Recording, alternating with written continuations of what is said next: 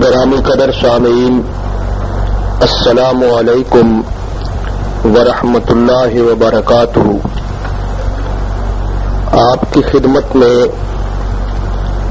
والد محترم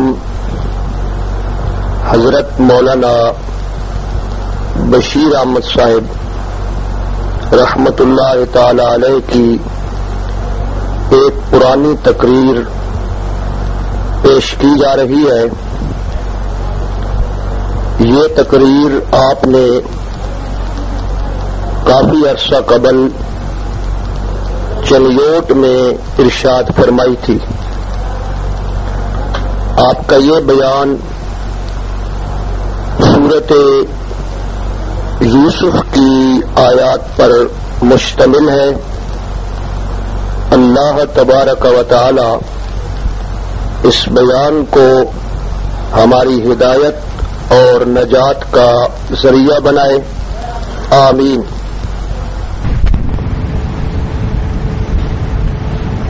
الحمدللہ وکفی وسلام علی عبادہ الذین اصطفی وصلی علی سید الرسل وخاتم الانبیاء صلی اللہ تعالی علیہ وعلی آلہ واصحابہ الذين هم خلاصة العرب الأرواح وخير الخلائق بعد الأنبياء أما بعد فأعوذ بالله من الشيطان الرجيم بسم الله الرحمن الرحيم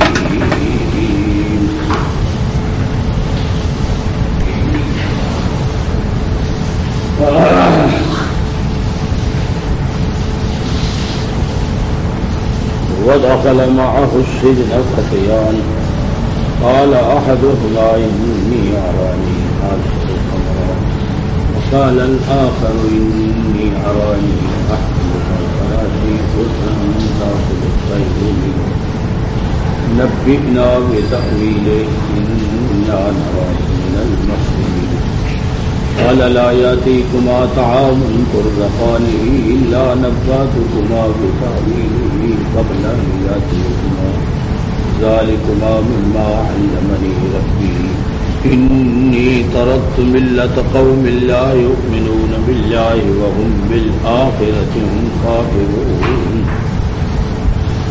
واتبعت ملة آبائي إبراهيم وإسحاق ويعقوب ما كان لنا أن نشرك بالله من شيء ذلك من فضل الله علينا وعلى الناس ولكن أكثر الناس لا يشكرون يا صاحبي السجن أأرباب متفرقون خير أم الله الواحد القهار ما تعبدون من دونه إلا أسماء سميتموها أنتم وآباؤكم فأنزل الله بها من سلطان إن الحكم إلا لله أمر ألا تعبدوا إلا إياه ذلك الدين القيم ولكن أكثر الناس لا يعلمون يا صاحبي السجن أما أحدكما فيسقي ربه خمرا وأما الآخر فيسلب فتأكل الطير من رأسه قضي الأمر الذي فيه تستفتيان وقال للذي ظن أنه ناج منهما اذكرني عند ربك فأنساه الشيطان ذكر ربه فلبث في السجن بضع سنين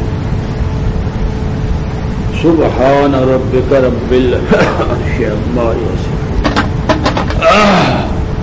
سبحان ربك رب العزة عما يصفون وسلام على المرسلين والحمد لله رب العالمين رب اشرح لي صدري ويسر لي أمري واحلل عقدة من لساني يفقهوا قولي سبحانك لا علم لنا إلا ما علمتنا إنك أنت العليم الحكيم اللهم ألهمني رشدي وأعذني من شر نفسي ووفقني لما تحب وترضى وأعوذ بك من السمع والرياء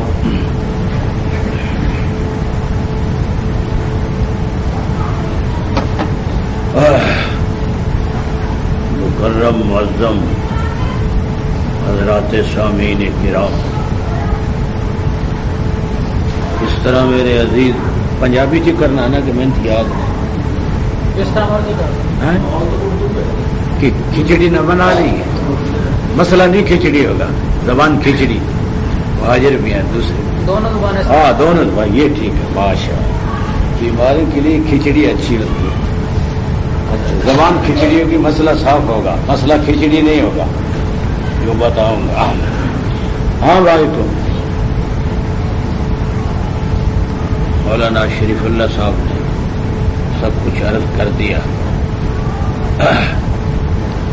بہرحال ان کا اصرار اور ہمیشہ کا عمل اور میرا اپنا وعدہ، بہرحال خدا خدا کر کے ہم یہاں پہنچ گئے، اور میرا بیان کا طریقہ عموماً یہ ہے، قرآن مجید کھولا، جو آیات سامنے آ گئی، جو سورت سامنے آ گئی، بڑی سورت سامنے آ گئی، اس کا خلاصہ بیان کر، اور چھوٹی صورت ہو اس کو تفصیل سے بیان کیا۔ طریقہ واضح اور بیان یہ ہے، اور آپ سمجھ لیں سب سے بڑا واضح ہے بھی قرآن کا، اور اس کے بعد حضرت محمد ذیشان صلی اللہ علیہ وسلم کی حدیث کا، اور قرآن بھی جو بیان کرتے ہیں وہ احادیث کی روشنی میں ہم بیان کرتے ہیں، بزرگان سلف خلف کی تحقیقات کے مطابق وہ بیان کرتے ہیں۔ اصل واضح بڑا جو ہے سب سے بڑا واضح قرآن کا ہے۔ اللہ تعالیٰ نے پیغمبر علیہ السلام کو خطاب کرتے ہوئے فرمایا، فذکر بالقرآن من یخاف وعید، میرے پیغمبر قرآن کی تذکیر اور واضح، بڑا واضح ہے یہ۔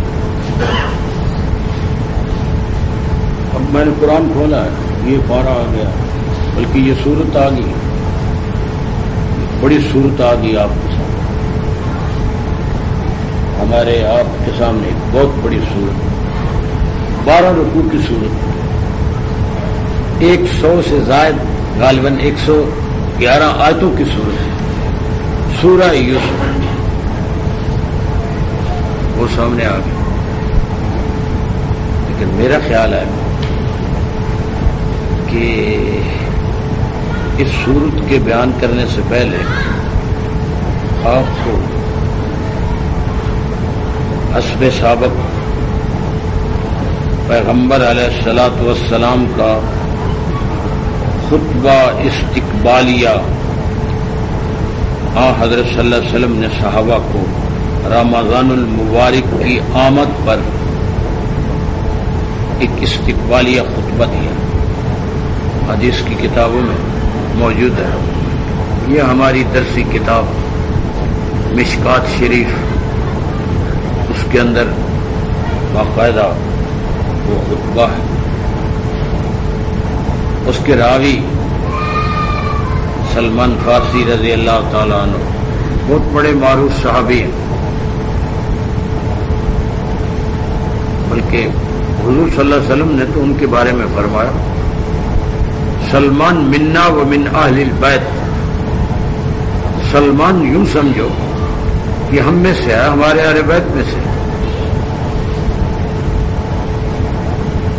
وہ راوی ہیں اس خطبے کے، وہ سرسری مختصر خطبے کا خلاصہ سنوں، اور وہ خطبہ حضرت صلی اللہ علیہ وسلم نے اس شعبان کے آخری دن میں، شعبان کا آخری دن ہے، سمجھو کل تو امید ہے ہو سکتا ہے رمضان آ جائے، تو حضور نے خطبنا النبی صلی اللہ علیہ وسلم فی آخر یوم من شعبان، شعبان کے آخری دن نبی پاک صلی اللہ علیہ وسلم نے ہمیں خطبہ دیا، اور وہ خطبہ کیا تھا؟ ایھا الناس، او لوگو، قد اذلکم شہر عظیم شہر مبارک شہر فیہ لیلۃ خیر من الف شہر جعل اللہ صیامہ فریضہ وقیام اللیل تطوعا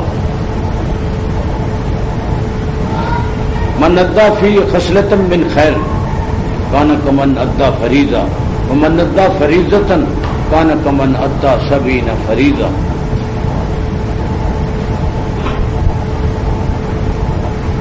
هو شهر الصبر والصبر ثوابه الجنة. هو شهر المواساة. یہ خطبہ پیارا شہر فیہ یزاد رزق المومن. آگے چلتا گیا من فطر فیہ صائما کان لہ مغفرہ وعتق من النار الی آخرہ. ایک خطبہ دیا صحابہ کو فرمایا وہ لوگوں تم پر ایک بہت بڑا عظمت والا مہینہ رمضان المبارک وہ سایہ کر رہا. بچے آپ یہاں سے اٹھے ادھر اٹھو کبھی آگے بچے نہ بیٹھے.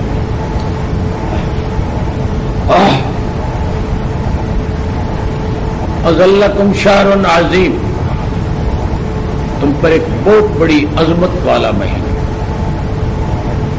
وہ سایہ کر رہا ہے. عظمت تو ہے ہی رمضان. اشرف شہور السنہ سال کے 12 مہینوں میں سے اشرف مہینہ. اور اس کو یہ فضیلت کیوں ملی؟ شہر رمضان الذی انزل فیہ القرآن. قرآن کے نازل ہونے یا قرآن کا نازل ہونا جو ہے اس کا شروع ہونا اسی رمضان میں ہے. اور لیلۃ القدر جس میں انا انزلناہ فی لیلۃ القدر وہ اسی مہینے کے اندر ہے. بہت بڑا شرف ہے. قرآن مجید کی وجہ سے رمضان کو بھی فضیلت ملی. اللہ اللہ اکبر. ہر طرح کا قرآن کامل ہے. ایک تفسیر والے ہیں آواز مت آ بھائی کوئی گنگناٹ مت آ خاموش ایسے بیٹھو جیسے بل سمجھو ہمارے سروں پر پرندے بیٹھے. صحابہ پیغمبر علیہ السلام کے سامنے بیٹھتے تھے. حدیث میں آتا صحابہ کہتے تھے کہ انا علی رؤوسنا الطیر. ہم اس طرح بیٹھتے تھے کہ جیسے ہمارے سروں پر پرندے بیٹھے ذرا ہلے تو اڑ جائے گا. میں کوئی آواز کوئی حرکت اپنے بیان میں برداشت نہیں کرتا. اچھا بھائی چلو. عظیم شعر ہے کیونکہ اس میں جو عظیم کتاب ہے اشرف الکتب اور اس میں نازل ہوئی رمضان کے اندر. اور قرآن جس بولی میں نازل ہوا اشرف اللغات. قرآن جس شخصیت پر امام الانبیاء خاتم الانبیاء سید الاولین والآخرین حضرت محمد رسول اللہ صلی اللہ علیہ وسلم وہ اشرف الرسل. تفسیر والے نے سارے اشرف جمع کیے. انزل اشرف الکتب علی اشرف الرسل بسفارت اشرف الملائکہ.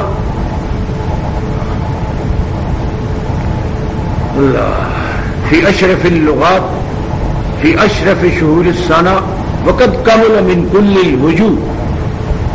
اور اشرافت ہے اس مہینے میں نازل ہوا. مہینوں کا سردار ہے اشرف. جن شخصیت پر نازل ہوا وہ اشرف الرسل ہے. جس بولی عربی میں آیا لغت میں وہ اشرف اللغات ہے.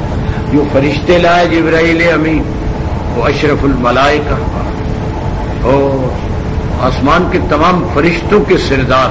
واہ. قرآن مجید میں اللہ تعالیٰ نے ان کی کئی جگہ تعریف کی ہے.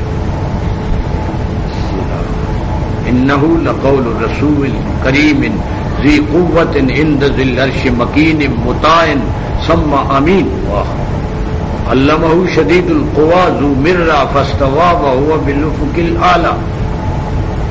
بہت بڑے اشرف الملائکہ وہ لائے کہ ہرانے والے بھیجنے والے رب العالمین ہیں، لانے والے روح الامین ہے، اور جن پر نازل ہوا ہے قرآن وہ رحمت للعالمین ہے.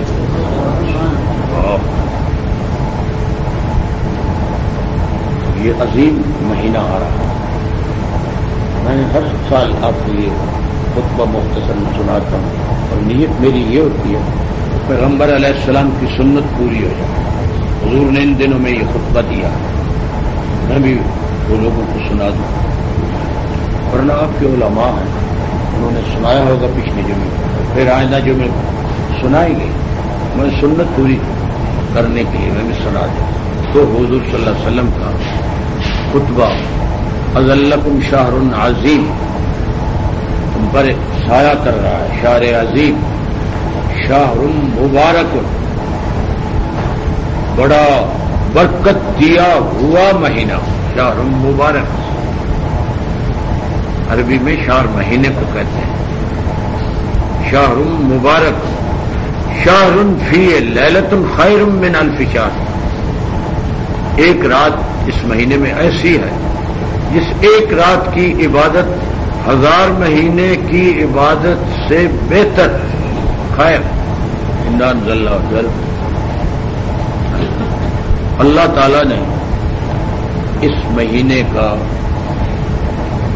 روزہ جعل اللہ صیامہ فریضہ، دن کا روزہ فرض ہے، وقیام لیلہ تطوع، رات کا قیام وہ فرض تو نہیں ہے لیکن تطوع ہے، بہت بڑی نیکی ہے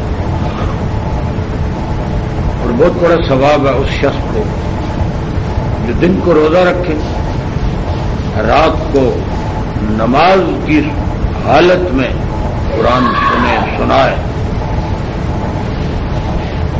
رات کا قیام ہے. اللہ تعالیٰ نے اس مہینے کو یہ شرف عطا فرمایا ہے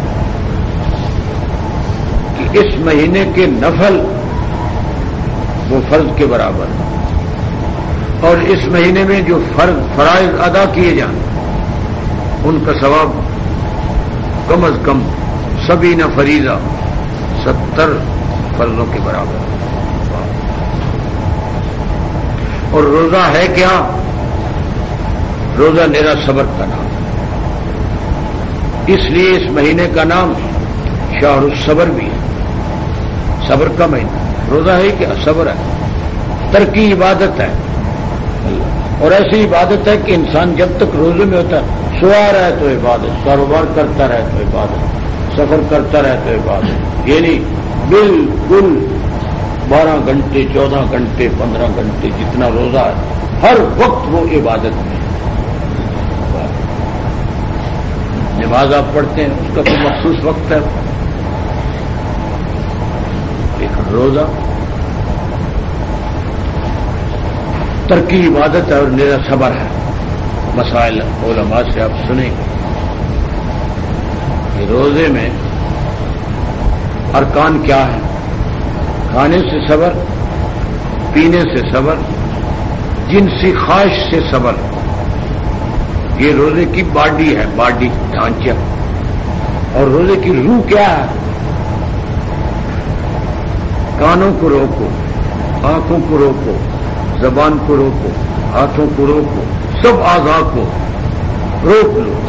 صوم کا معنی کیا ہے؟ الامساک، اپنے آپ کو روکنا. یہ خواص کا روزہ ہے. زبان سے کوئی بری بات، کوئی غیبت وغیرہ، کانوں سے کوئی ایسی چیز مت سنو، آنکھوں سے مت غلط طرف نظر کرو. سب یہ روزہ ہے. ویسے ظاہر باڈی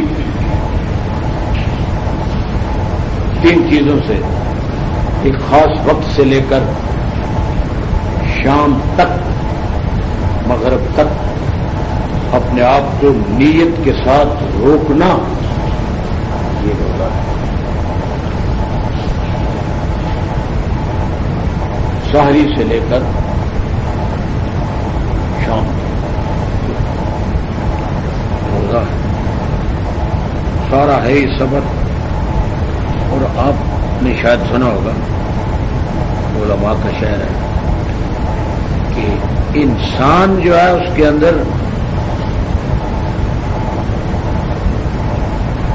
چار چیزیں ہیں: بخل، کبر،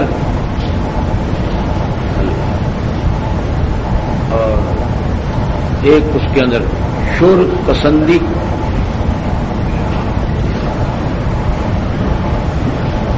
یہ انسان کے اندر فطرتی طور پر انسان کے اندر چار عناصر ہیں: مٹی ہے، پانی ہے، آگ ہے، ہوا، چار، اور پانچویں چیز روح ہے. پانچویں چیز انسان کے اندر وہ روح. اور اللہ تعالی نے بھی اسلام کی بنیاد 5 چیزوں پر رکھی ہے. بنی الاسلام علی 5. اسلام کی بنیاد 5 چیزوں پر ہے: شہادت اللہ الہ، اقام الصلاۃ، ایتاء الزکوٰۃ، صوم شہر رمضان، حج البیت من استطاع الیہ سبیلا. وہ جو کلمہ طیبہ ہے جس میں توحید و رسالت کی شہادت ہے، وہ تو روح کی غذا ہے. اپنے دل، دماغ، روح سے غیر کی الوہیت اور محمد رسول اللہ صلی اللہ علیہ وسلم کی غلامی کے علاوہ سب کو باہر کر دو. یہ تو روح کے لیے ہوگی غذا. اور بندے کے اندر مٹی ہے، مٹی کی وجہ سے بخل ہے. مٹی ویسے تو بڑی کرامت چیز ہے، ہماری جتنی غذائیں ہیں ساری مٹی سے پیدا ہوتی. اللہ نے قرآن مجید میں فرمایا وجعل فیہا اقواتہا وقدر فیہا اقواتہا. سب چیزیں مٹی کے اندر، لیکن مٹی کے اندر ایک صفت ہے قبض و بخل. قبض و بخل. مٹی اس وقت تک اپنے اندر کی چیز نہیں دیتی جب تک اس کا سینہ نہ چیر لیا جائے. پھر قبض ہے، سینہ چیرو، اس کو کرے دو، نرم کرو، پانی دو، پھر اس میں دانہ ڈالو، اب گل و گلزار بنے گا. مٹی کے اندر قبض. اس قبض و بخل کا علاج یہ زکات ہے. میرا ہاتھ لگ سی ہو کہ میرے خیال کری میں پتہ کروں لگا ہاتھ لگا. مٹی کی وجہ سے قبض و بخل تھا. بخل کا علاج مال نکالو کچھ، زکات بخل کا علاج ہوگا. اللہ. انسان کے اندر ایک عنصر آگ تھا. آگ جو ہے اس کے اندر ہے تکبر، تعلی، ترفع. آگ جلاؤ اوپر، اس کا شعلہ اوپر جاتا ہے، اوپر جاتا ہے، اوپر جاتا ہے. تعلی اور تکبر ہے. اللہ نے فرمایا اس تیری تعلی اور تکبر کا اور بڑائی کا علاج یہ نماز ہے. نماز اول سے لے کر آخر تک انتہائی انکساری ہے. عاجزی، عاجزی، عاجزی. اللہ. کبھی مخصوص آیت میں ہاتھ بند کر اللہ کے آگے کھڑا، کبھی نصف جھکا ہوا، کبھی سجدے میں ہے. اپنا اشرف حصہ جو ہے اس نے زمین پر رکھ دیا اللہ کے آگے. اس سے زیادہ انسان کے پاس اور کوئی عاجزی نہیں ہے. نماز اس تکبر کا علاج ہے. نماز کو سمجھ کر پڑھے. اس کے اندر جو کبر تھا وہ انشاءاللہ ختم. زکات دے، بخل کی عادت وہ ختم ہو جائے گی. انسان کے اندر ایک ہوا کا مادہ بھی ہے، وہ ایک عنصر ہوا کا ہے. اور ہوا کے اندر یہ صفت ہے کہ ہوا ایک جگہ نہیں رہتی. یہ جا، وہ جا، وہ جا، وہ جا، وہ جا. انسان بھی چاہتا ہے کہ میرا ذکر اور نام ہو، دنیا میں معروف ہو. انسان بھی شہرت پسندی چاہتا ہے. اللہ تعالیٰ نے فرمایا اس کا علاج حج ہے. جاؤ حج پر، اگلا لباس اپنے وطن کا اتار دو. سب ملکوں کے ایک لباس میں، ایک یونیفارم میں اللہ ایک ہی ان کی زبان پر ترانہ ہو، لبیک لبیک لا شریک لک لبیک، زبان پر ایک ترانہ اور بدن پر ایک لباس بس، اور اللہ کا گھر، اور پھر سب دیوانہ وار چکر لگا رہے ہیں، وہاں کوئی امتیاز نہیں، یہ فلاں ملک کا وزیر ہے، یہ ہے، یہ وہ ہے، بس بندہ و صاحب و محتاج و غنی ایک ہوئے، تیرے دربار میں پہنچے تو سبھی۔ میرے والد صاحب مرحوم کہتے ہیں کہ بیٹا میں جب 1950 میں حج پر گیا تو وہاں ایک وزیر، ایک شاید ہمارے علاقے کا تھا، وہ وزیر بھی ہمارے ساتھ مطاف میں، وہ بھی طواف کر رہا تھا، جس طرح ہمیں دھکے لگتے تھے اس وزیر کو بھی اسی طرح ہوتے تھے، سارے ایک کو جو ہے نا رب دیکھو،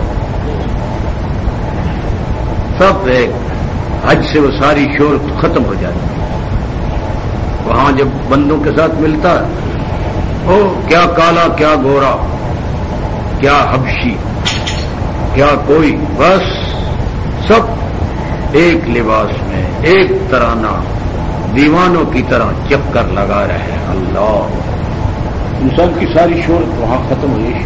شہرت پسندی کا علاج حج ہے، تکبر کا علاج نماز ہے، بخل کا علاج زکوٰۃ ہے۔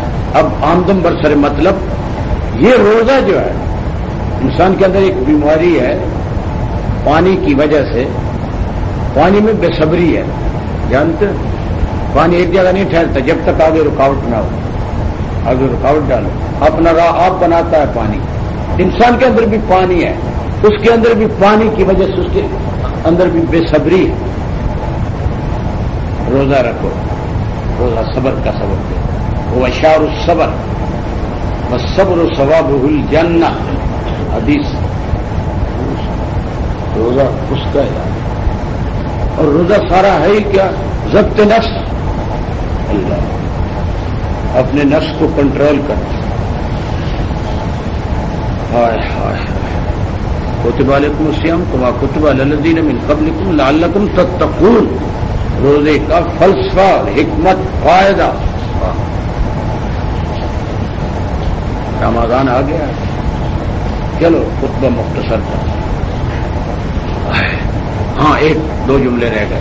وہ شہر المواسات حدیث میں آیا، یہ روزہ باہمی ہمدردی اور ایک دوسرے کی غم گساری اور ایک دوسرے کے ساتھ تعاون، یہ مواسات کا مہینہ ہے۔ مواسات عربی لفظ ہے، اس کا معنی تھا ہمدردی۔ ایک موالات ہوتی، وہ ہوتی دلی دوستی، ایک مدارات ہوتی، وہ عام رواداری، زبانی، خیر، تینوں یاد ہے آپ کو، نہ بھولنا، میں نے سبق میں بتایا۔ موالات سے منع فرمایا، مواسات اور مدارات سے نہیں منع فرمایا۔ اچھا بھائی، یہ مواسات کا معنی ہے ہمدردی کا معنی، ایک دوسرے کی ہمدردی۔ شہر یزاد فی رزق المومن، یہ وہ مہینہ اس میں مومن کے رزق میں کیا ہوتی ہے، اور یہ تو سیدھا معلوم نہیں پہ اندر 14 گھنٹے کی بچت کوئی نہیں خیال کتنی بچت ہو گئی، لیکن یہ تھوڑا اپنا قصور ہے۔ شامی روزہ کھولو اندر جتنی بچت ہوں ساری پکوڑیاں، سموسیاں، فلانا سب لاؤ۔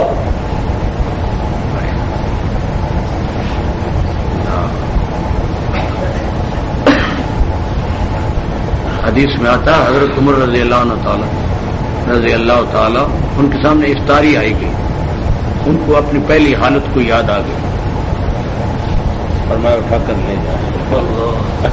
لے جاؤ پچھلی بات یاد آ گئی۔ ہاں تو بھائی اس میں رزق کی برکت ہوتی، ویسے برکت ہے، مانوی برکت بھی ہے، اور حصی برکت تو آپ دیکھتے ہیں۔ اللہ یزاد فیہ رزق المومن، روزہ رکھنے والا تو رکھنے والا ہے، جو روزے دار کا روزہ افطار کرائے اس کو ایسے ایسے اجر ملے گا، مغفرت یہ ہوگا۔ اللہ، صحابہ نے عرض کیا، ایک ٹکڑا رہ گیا بھائی، یا رسول اللہ لیس کلنا نجد ما نفطر به الصائم، اے اللہ کے پیغمبر، ہم میں سے ہر ایک یہ طاقت نہیں رکھتا کہ ایک روزے دار کو شام کے وقت سیر کرا کر افطاری کرائے، اتنا کھلائے پلائے تو سیر ہو جائے، ہم میں یہ طاقت نہیں۔ تو جناب رسول اللہ صلی اللہ علیہ وسلم نے فرمایا، بھائی یہ ثواب جو افطاری کا تم کو ملنا ہے، علی مزقۃ لبن علی تمرہ علی شرب من ماء اور کما قال، کھجور کی ایک پھانک دے دو، مزقہ لبن دودھ پانی میں ملا ہوا، کچی لسی کا گھونٹ دے چھڑ، کھجور دے دے ثابت ٹکڑا دے چھڑ، شرب من ماء، اس پر بھی یہ ثواب ملے۔ اور جو روزے دار کو سیر کرائے اس کے متعلق تو کچھ نہیں کیا، بہت بڑا ثواب ہے۔ افطاری کراؤ لیکن اس نیت سے کراؤ کہ حضور نے فرمایا۔ آج کل تو ہماری تو ہر چیز سیاسی ہے، افطاریاں بھی کیا ہیں؟ سیاسی افطاریاں، مطلب کی افطاریاں۔ چلو اللہ اخلاص کی توفیق ہے۔ تو یہ خطبہ استقبالیہ پیغمبر علیہ السلام نے دیا، مختصراً میں نے آپ کے سامنے عرض کر دیا۔ اور پھر میں ایک بات کہوں گا کہ آپ اس رمضان المبارک کو جو کل پرسوں آ رہا ہے، اس کو اپنے ذہن میں اپنی زندگی کا آخری رمضان سمجھیں، آخری شاید زندگی میں مجھے نصیب ہو یا نہ ہو، آپ آخری سمجھیں۔ مجھے ایک حدیث یاد آ گئی، جناب رسول اللہ صلی اللہ علیہ وسلم کی خدمت میں ایک آدمی آیا، اس نے کہا، اے اللہ کے پیغمبر، اذنی و اوجزنی، عزنی و اوجزنی، مجھے واز فرمایا لیکن لمبا واز نہیں، مختصر واز۔ آپ بھی کہیں گے بولی ساری جان ویڑے نہ چھوڑیو، رات تو بڑی لمبی پر ساری جان چھوڑو۔ آپ کو جو مسجد میں گھبراہٹ آتی ہے اور گھڑیاں دیکھتے ہیں، کاش کے دوسرے کام، خدا معلوم ان علماء کی کیا کرامت ہے، میں تو حیران ہوں، وہ 15 منٹ میں فارغ کر دیتے ہیں۔ ان کی کرامت ہے 15 منٹ میں مسئلہ سمجھا لے، ہم تو گھنٹہ 15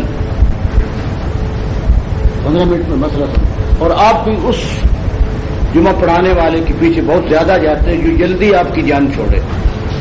میرا ایک ساتھی ہے، وہ بھی میری طرح بوڑھا ہے، وہ میں نے آخدا استاد جی انہیں سر کھپیندے رہندے ہو، میری مسیح تھوڑی سارے نالوں بھر جاندی، اتنے آدمی تھوڑے کسے مگر کہتا ہے اس میں فلسفہ کیا ہے، کیا وجہ ہے؟ میں ان کو جلدی جلدی فارغ کرتا ہوں۔ آپ ابھی پڑھا رہے ہوتے ہیں تو وہ دکاندار دکانوں پر پہنچے ہوئے ہیں، چائے پی رہے ہیں، یہ کر رہے ہیں۔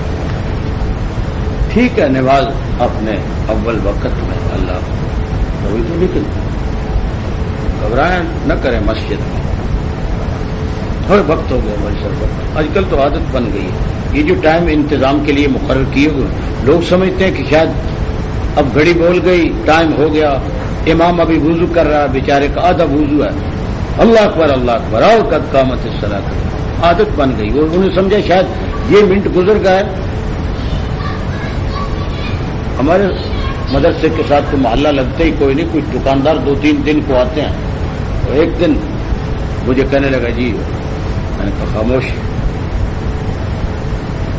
آپ گھڑی دیکھ کر اپنا وقت ماپ کر خیال کر کر کہ اتنا راستے میں لگے گا، اتنا راستے میں لگے گا، اتنا میں جاؤں گا تو نماز میں لگے گا، اور اتنے پھر راستے میں، اس طرح یہاں کام نہیں ہونا۔ میں بوڑھا آدمی ہوں، نماز میں نے پڑھانی ہوتی، میرے لیے 5-10 منٹ کھلے، میں ان منٹوں کو پابند نہیں ہوں، بس ان کو سمجھ آ گیا۔ اور پھر ایک اور سن لو، جب سے یہ گھڑیاں آئی ہیں، وہ جو نبی پاک صلی اللہ علیہ وسلم نے حدیث میں فرمایا تھا، المصلی فی الصلاۃ منتظر الصلاۃ، نمازی جب تک نماز کے انتظار میں وضو کے ساتھ بیٹھا رہے، فرشتوں کو حکم ہے، دیکھو اس کی نماز دیکھو، وہ نماز ہی لکھی جاتی۔ گھڑیاں آئیں تو ایک تو فائدہ ہو گیا، آپ جماعت میں پہنچتے، لیکن اور صلاۃ والی بات وہ فوت ہو گئی. اب وقت پیمائش کر کر آتے ہیں مسجد. اللہ غنیمت سمجھیے. تو میں کیا کر رہا تھا, ایک آدمی آیا حضور کو کہتا اذنی و اجزنی, حضرت باز ہو لمبا نہ ہو. جناب رسول اللہ صلی اللہ علیہ وسلم حدیث میں آتا حضور نے اس کو 3 چیزیں ارشاد فرمائی. ایک فرمایا صلی صلاۃ مودعین, ہر نماز کو الوداعی اور آخری نماز سمجھ کر پڑھا کر. شاید یہ میری زندگی کی. ایک اور جملہ ارشاد فرمایا جس بات سے بعد میں عذر کرنا ہے وہ پہلے سوچ کر کیا کرو, بعد میں عذر نہ کرنا. ایک تیسری چیز حضور نے فرمائی جو کچھ اللہ کے پاس ہے اس کے ساتھ وہ سوکھ رکھو, بندوں کے پاس جو کچھ ہے اس پر کوئی اعتماد ہے. بس مختصر بات اس میں ہے آخری نماز. آپ اس سمجھے آخری رمضان شاید میری زندگی کا آخری.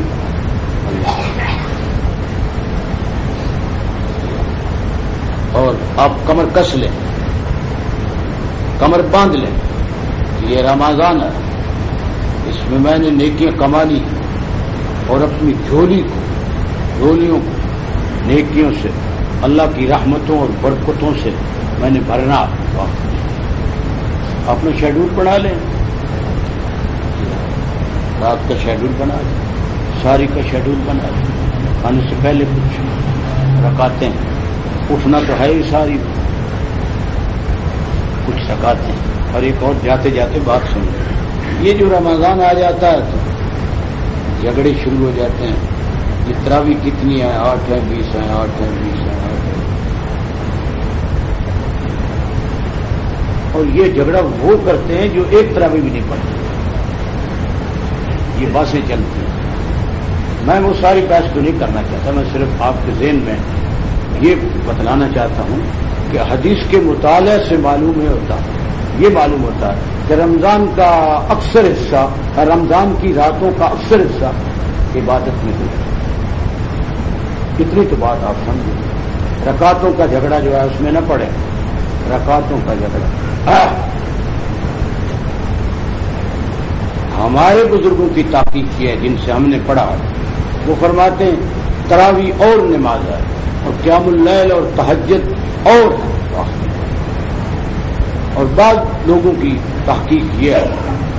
جو آج مولانا فوت ہوئے, میں نے ان سے ملاقاتیں کی ہیں, مکہ معظمہ میں بھی ان سے ملاقات ہوئی ہے. مولانا جو آج فوت ہوئے, اور یہاں علماء کے اجتماع میں بھی 2 دفعہ ملا ہوں. اللہ اکبر. اس بحث میں نہ پڑے. ایک آدمی مجھے کہنے لگے میں تو 8 پڑھوں, چلو 8 پڑھو, لیکن ایک بات مجھ سے سن لو. 8 پڑھتے ہو, حضور صلی اللہ علیہ وسلم نے تراویح ایک رات اتنی لمبی پڑھائی, صحابہ کہتے ہیں ہمیں سحری کے فوت ہونے کا خطرہ لائق ہو گیا. آپ 8 پڑھیں, ساری تک لے جائیں. چلو اگر 8 کے لفظ پر آپ خوش ہیں اس بحث میں مت پڑھیں. نفس تراویح حضور نے پڑھی ہے, بعد میں جو تعداد ہے اس میں اختلاف ہے. ایک بزرگ ہوئے 7ویں صدی کے حافظ ابن تیمیہ رحمہ اللہ, بہت بڑے بزرگ ہیں, فقہ میں حنبلی ہوئے. اور یہ آج کل کے سعودیہ والے یہ بھی حنبلی ہیں. یہ لوگ آپ کو دھوکہ دیتے ہیں کہ وہ حنبلی نے کسی فقہ پر نہیں. سعودیہ والے حنبلی ہیں, وہ فقہ حنبلی پر ہے. چلو راستے میں جاتے جاتے ایک اور بات سنیں. مسجد نبوی میں تھے تو وہاں ہمارے قاری صاحب ہیں 20-25 سال سے, ان کا میں آپ کو واقعہ سناؤں. یہاں پاکستان کے وزیر آئے اور ان کے ساتھ ایک مولانا صاحب تھے. وہ پوجا تھوڑا تھا, وہ شاہ فاض سے ملے تو باتوں باتوں میں وہ مولانا جو تھے ان کے منہ سے نکل گیا انتم الوہابیون، الوہابی، شاہ فوراً بولا لیس الوہابی بمذہب نحن الحنبلیون وانتم الاحناف، بادشاہ بولا ان سب چپ کر، ہم حنبلی، پیر پیران بھی حنبلی تھے، اور انہوں نے اپنی غنیت الطالبین میں 20 رکعتیں لکھی۔ میں نے سنا ہے معتبر آدمی سے، کراچی میں وہ غنیت الطالبین چھپی تباہ ہوئی تو وہاں 20 رکعت لکھا ہوا تھا۔ اس کاتب نے خدا معلوم اس کو کیوں یہ غلطی سوچی، اس نے 20 رکعت کی جگہ 8 رکعت لکھ دیا۔ مولویوں نے ہیرا پھیری مسئلے میں کرنی ہے، مولوی ممبرتے ملاوٹ کرنی ہے، ہیرا پھیری کر تو دکان تے کرنی اپنا اپنا، سیاسی نے سٹیج تے کرنی اور ملاوٹ اپنی اپنی ہیرا پھیری، چلو بھائی بات ادھر چل گئی ہے۔ تراویح پڑھیں، جتنی کیا پڑھیں ضرور، لیکن اتنی بات یاد رکھیں تراویح اور نماز ہے تہجد۔ ہم مدینہ منورہ میں تھے، آخری عشرہ تراویح پڑھتے تھے، میرے ساتھی تھے اعتکاف میں تھے، تو ایک دن انہوں نے اعلان کیا تراویح تو ہو گئی، آج قیام اللیل ہو، قیام اللیل اس کی بھی جماعت ہوگی۔ میں تو ایک رات کھڑا ہو سکا، بوڑھا آدمی تھا، میرا ساتھی کہنے لگا استاد جی آپ نہیں برداشت کر سکتے، وہ 2 گھنٹے وہ چل گیا۔ تراویح انہوں نے الگ پڑھی، اور وہاں 20 تراویح پڑھتے ہیں۔ کسی آدمی سے پوچھ لو جو مسجد نبوی میں نماز پڑھ کر آیا ہے اور جو مسجد الحرام میں نماز پڑھ کر آیا، ہم خود پڑھ کر آئے، ایک بار نہیں کئی بار۔ یہ الگ بات ہے، ایک امام تھک گیا دوسرا امام آگے کر دیا، وہ الگ بات ہے۔ تراویح بھی پڑھیں، قیام اللیل بھی کریں، ساری پوچھیں، پھر ساری کھائیں۔ پھر ایک اور میں آپ کو بات بتا دوں، ساری کھا کر وہاں اپنے بستر پر مت لیٹیں، ساری کھائیں گے پیٹ پر ہوگا، فوراً شکل آئے گا، نیند کریں گے، سو جائیں گے، یا جماعت رہ جائے گی یا نماز رہ جائے گی۔ ساری کھا کر سیدھے مسجد میں آؤ جس مسجد کے ساتھ متعلق ہو، وہاں آ کر آپ سو بھی جاؤ تو دوسرے نمازی آپ کو پکڑ کر اٹھو اٹھو اٹھو نماز وضو کرو، وہ ایک باری لیٹے ہو تو گیا گاؤں، یا نماز گئی یا جماعت گئی، یہ طریقہ رکھیں۔ اس کے بعد سو لیں، پھر قرآن مجید کی تلاوت کا ایک وقت اپنے ذہن پہ جو مناسب، جن کو اپنا کاروبار کرے۔ اور آج کل تو روزہ کیا تکلیف ہے مجھے، آج کل روزہ غنیمت باردار، ٹھنڈی غنیمت ہے، کیا تکلیف ہے روزے میں؟ کیا کوئی لمبا روزہ ہے، کوئی گرمی کرو؟ ہاں رات کو اٹھنا یہ آزمائش ہے۔ اچھا بچہ خیر اپنے علماء موجود ہیں، چلو میں نے بھی مختصراً بیان کر دیا۔ اللہ رمضان کو آخری سے اس میں خوب جی بھر بھر کر نیکیاں کریں، اور ایک اور کام ہے سخاوت کریں۔ حدیث میں آتا ہے جناب رسول اللہ صلی اللہ علیہ وسلم رمضان کے اندر تو اتنے سخی ہو جاتے تھے، کرریح المرسلہ، کرریح جیسے آندھی چل جاتی، اور جو رمضان گزرتا حضور عبادت میں بڑے تھے، شد میزا رہو حدیث میں آتا ہے، وَأَيْقَظَ أَهْلَهُ، اہل عیال کو، اہل بیویوں کو بھی جگاتے۔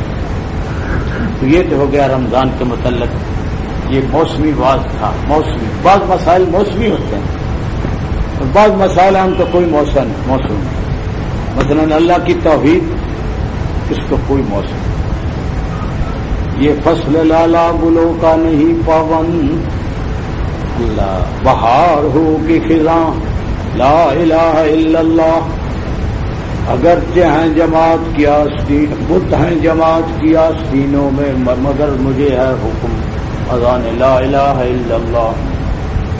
یہ نغمہ فصل گلو لالا کا نہیں پابند، اس کو کوئی موسم نہیں، توحید. اچھا چلو. اب ایک صورت تھی جو بڑی یہ لے لو. اصل تو مجھے میں پوچھوں گا ٹائم آپ سے. اب تھوڑا سا بیان سن لو.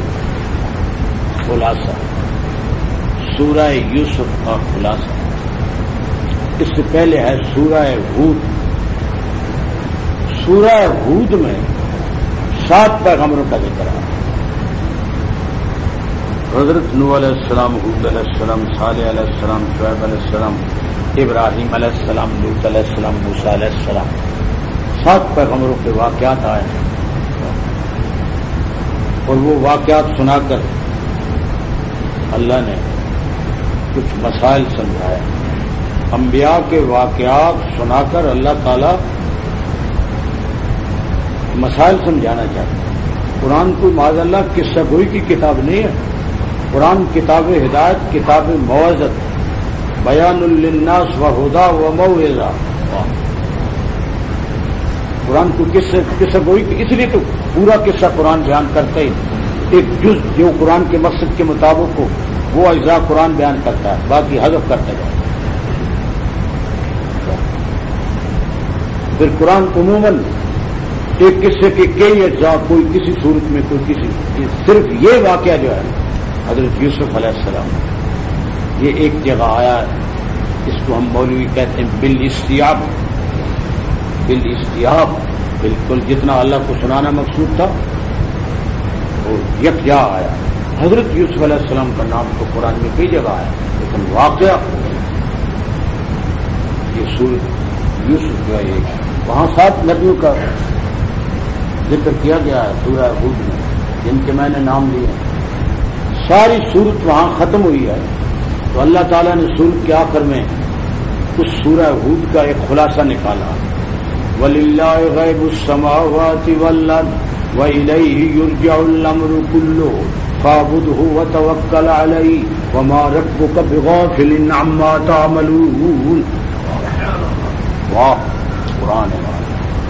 یہ اللہ قرآن نہ جوڑے گا اور خدا پورے قصیاں، کہانیاں، کچیاں، روایتاں، خواباں. یا اللہ اس قوم بچا. اس کو یہ ماری ہوئی جوڑیاں تے بیتاں دی تے پورے قصیاں تے خواباں تے کچیاں روایتاں دی ماری ہوئی قوم. یا اللہ اس قرآن نال اور صاحب قرآن محمد ذی شان دے فرمان نہ انہاں جوڑ دے. اور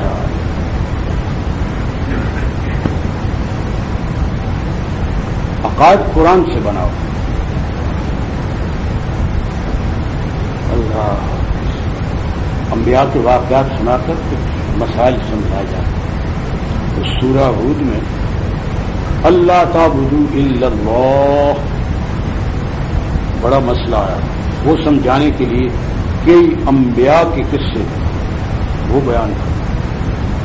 مسئلہ علم غیب سمجھانے کے لیے ابراہیم علیہ السلام، لوط علیہ السلام، ان کے واقعات سنا اللہ. اور پھر سورت کے آخر میں خلاصہ نکالا. وَلِلَّهِ غَيْبُ السَّمَاوَاتِ وَالْأَرْضِ وَإِلَيْهِ يُرْجَعُ الْأَمْرُ كُلُّهُ فَاعْبُدْهُ وَتَوَكَّلْ عَلَيْهِ وَمَا رَبُّكَ بِغَافِلٍ عَمَّا تَعْمَلُونَ. اب وہی مسئلہ جو وَلِلَّهِ غَيْبُ السَّمَاوَاتِ وَالْأَرْضِ، اس مسئلے کی تفصیل کے لیے یہ حضرت یوسف علیہ السلام، یعقوب علیہ السلام، مزید تفصیل کے لیے سارا قصہ حضرت یوسف علیہ السلام، اس مسئلے کی تفصیل ہو، مسئلہ واضح ہو. اور یہ بنیادی مسئلہ. آج کل مولوی کہتے ہیں علم غیب فری مسئلہ ہے. مولوی ہو خدا دیا بندیا اللہ کے پیش ہونے ہی سارے اپنی قبر چڑھانا. ایک فری مسئلہ نہیں ہو، ایک اصولی مسئلہ. قرآن نے اس سے زور لائے. قرآن بھی 13 واری عالم الغیب و شہادہ 13 واری آئے. اللہ الغیوب 4 واری آئے. 50 سورتوں کے مسئلہ آئے. 500 حدیث اس مسئلے سے. فقہا نے اس مسئلے نو ایمانیات میں شمار کی. میں نے ایک مولوی تھا، مولوی دھوانتے علم غیب کا حائزہ ہوا، علم غیب تھا میں کہ تین بھی میں تیرے ایسے بھی دس تین ہوئے روایت برداشت کر سے یہ مولوی تانا مار دا ٹوک مار دا میں کہ میں دسوں تیرے حیضے تین حیضہ ہوئے وہ مطلب ہے یہی مسئلہ جو حیضہ بار بار اس کی تعبیر دیکھو یعنی تو قبر میں جانا ہے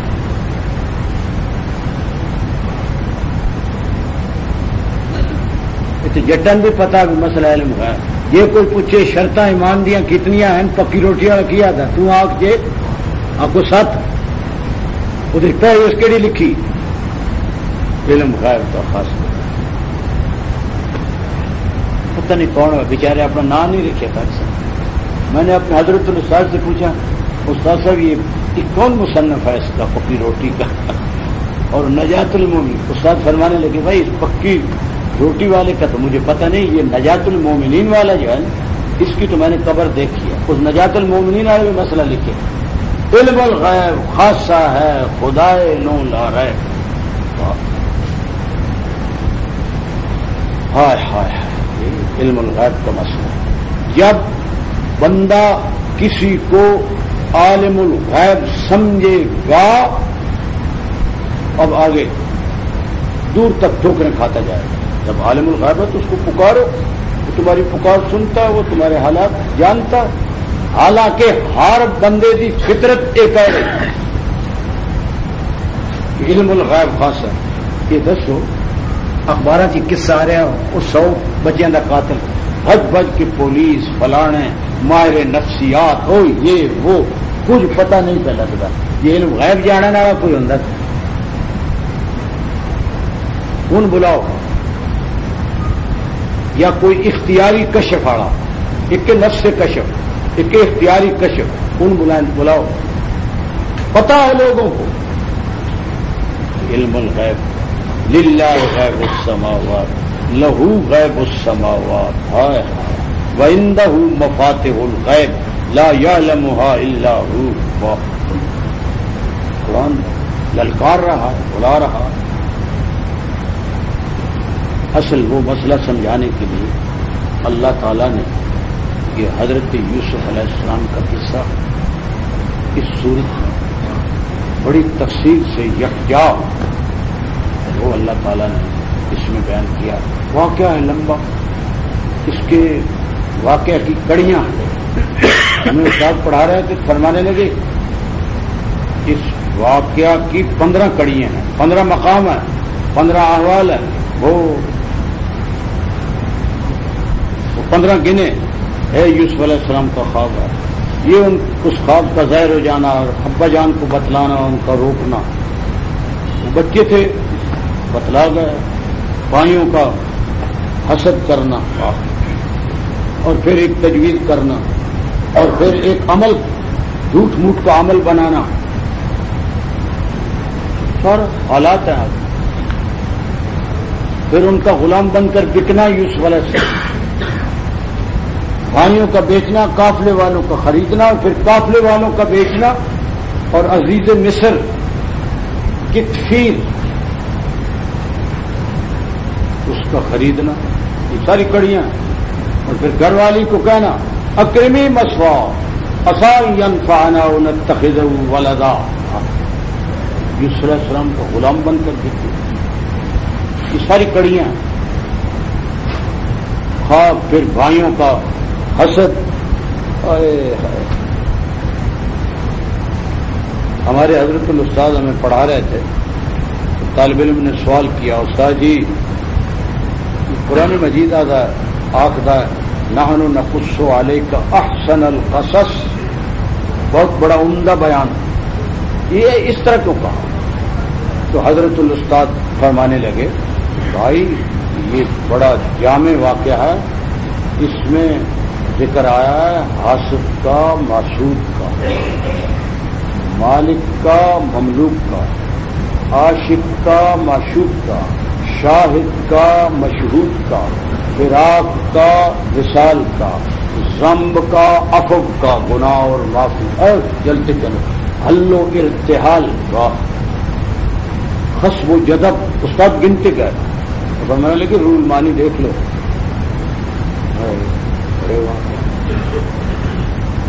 احسن القصص، اس لیے اس کو بیان فرمایا. اور سب سے بڑا مسئلہ تو علم غیب بھی واضح ہوا. اور ایک اور بات اس صورت سے یہ معلوم ہو گئی کہ قضاء و قدر کو کوئی روک نہیں سکتا. قضاء و قدر کو کوئی روک نہیں سکتا، نہ قضاء و قدر کے فیصلے کو کوئی بدل سکتا. بس مجھے مولوی صاحب کہنے لگا لا يرد القدر الا الدعاء، وہ حدیث نہیں آئی؟ ہاں میں نے کہا آئی. میں نے کہا آپ اس کا معنی سمجھے. لا يرد القدر الا الدعاء، اس کا معنی یہ سمجھو کہ اگر کوئی چیز تقدیر کو بدل سکتی ہوتی تو وہ دعا تھی، لیکن کوئی چیز بدل سکتی نہیں. اگر اللہ کے علاوہ کسی اور کو سجدہ جائز ہوتا تو بیوی کو حکم ہوتا خاوند کو، لیکن جائز ہی نہیں. اگر حسد جائز ہوتا تو ایک عالم اور ایک سخی کا حسد. میں نے کہا اس طرح معنی کرو. قرآن کہہ رہا ہے ما یبدل القول لدی، اللہ کے فیصلے تو لا مبدل لکلمات. واہ، اللہ کی باتوں کو کوئی نہیں بدل سکتا. قضاء و قدر کو کوئی روک. کیا ہوا کہ یہ یوسف علیہ السلام کی قصہ سنو.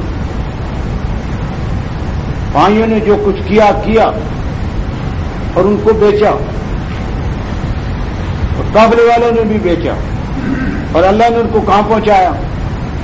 حضرت تھانوی رحمہ اللہ اپنی تفسیر میں یہ لفظ لکھتے ہیں، مجھے پسند آ گئی. بھائیوں نے اور قافلے والوں نے ان کو بنایا ذریعہ ہے.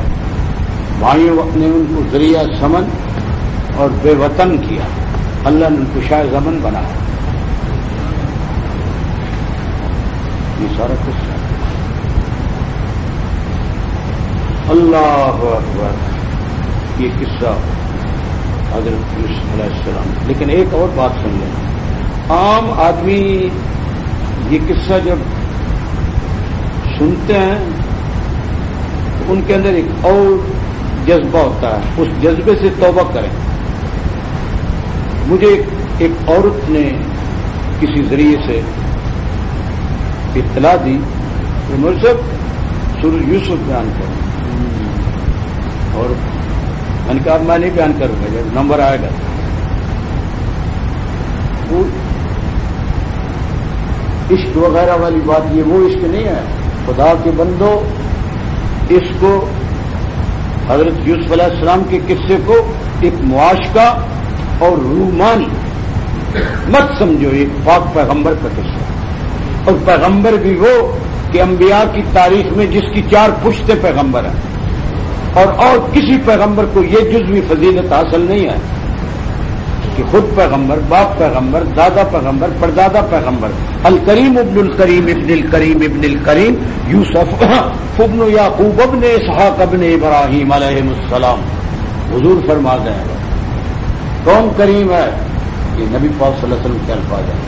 یوسف علیہ السلام کا، یعقوب علیہ السلام، اسحاق علیہ السلام پیغمبر، اور جد امجد وہ تو امام الانبیاء ہیں. ان کے بعد تو نبوت ان کی اولاد میں بن رہا. وجعلنا فی ذریتہ النبوۃ، وہ تو سب نبیوں کے امام الحنفاء.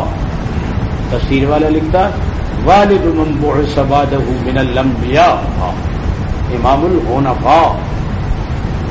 او حنیفہ حنیفہ حنیفہ ما کان من المشرکین لم یک من المشرکین ما انا من المشرکین.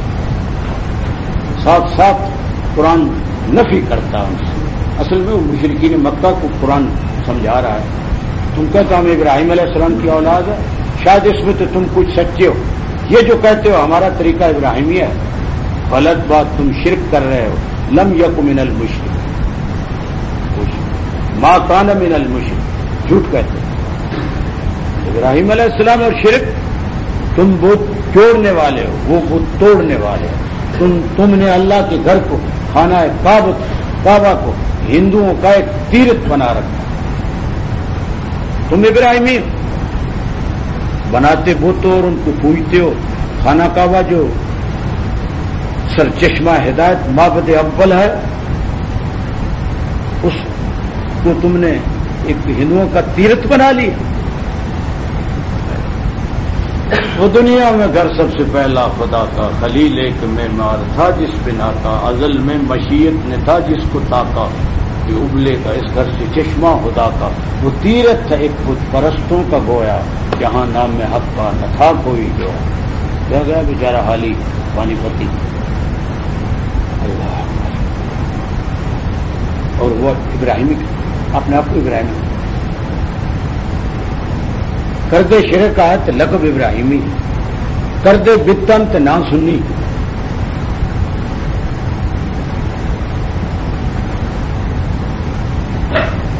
بس اللہ ہی سمجھ دو. سان سنی بڑھنے نہیں دیتے. ان معلوم ہے جی الاٹ کرایا ہے، قیامت کے دن پتہ چلے گا. اللہ اکبر وَإِلَى اللَّهِ الْمُشْتَقَى. اللہ کے آگے یاد ہے. چلو یہاں تو سلسلے چلتے رہے، کوئی ختم کسی کو نہیں کر سکے. میں نے ایک بندہ تھا تھوڑے پیچھے دیوبندیاں دے حکومت پائے گئی ہے. میں کہ اے حکومت کی ساڈے پیچھے تو انگریز پہ رہا، ساڈے بزرگ نہیں مکے. تو کون ہے؟ انہوں نے تو انگریز کی آنکھ میں آنکھ ڈال کر ہائے. 1905 میں جارج پنجم سہارنپور دیوبند سے گزرا ہے. پوچھا وہ آیا تھا دہلی میں جارج پنجم. ان کو بتایا کہ یہ ضلع سہارنپور ہے، یہ مسلمانوں کا مدرسہ ہے، اس کا نام یہ ہے یہ ہے. اس نے کہا اس مدرسے سے ہمیں وہاں بیٹھے بھی خطرہ ہے.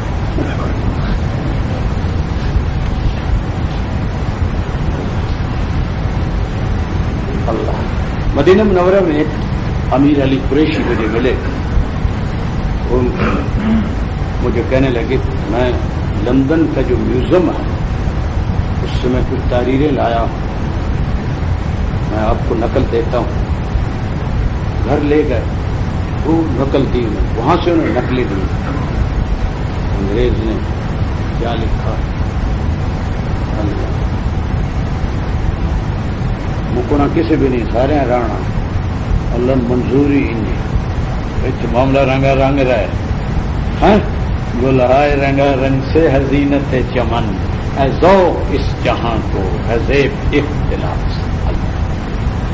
ہاں بھائی بات سے بات نکلتی ہے. الحدیث بالحدیث یذکر. گل بچوں گل نکل دی، وہ دور چلے جانے اگلی وسر جاتی. یہ سورہ یوسف. اللہ یہ قصہ پیغمبر ابن پیغمبر ابن پیغمبر ابن پیغمبر ایک انہوں کا قصے مت ہیر رانجھا سمجھ لو، سونی مہیوال سمجھ لو، مرزا صاحبہ سمجھ لو. نہ توبہ توبہ. یہ پاک پیغمبر ہے، اس کی 4 پشتے پیغمبر ہیں. اور ساری انبیاء کی تاریخ میں حضور صلی اللہ علیہ وسلم فرما گئے کہ ایسا کوئی شخص نہیں جس کی مسلسل 4 پشتیں پیغمبر. ان کا قصہ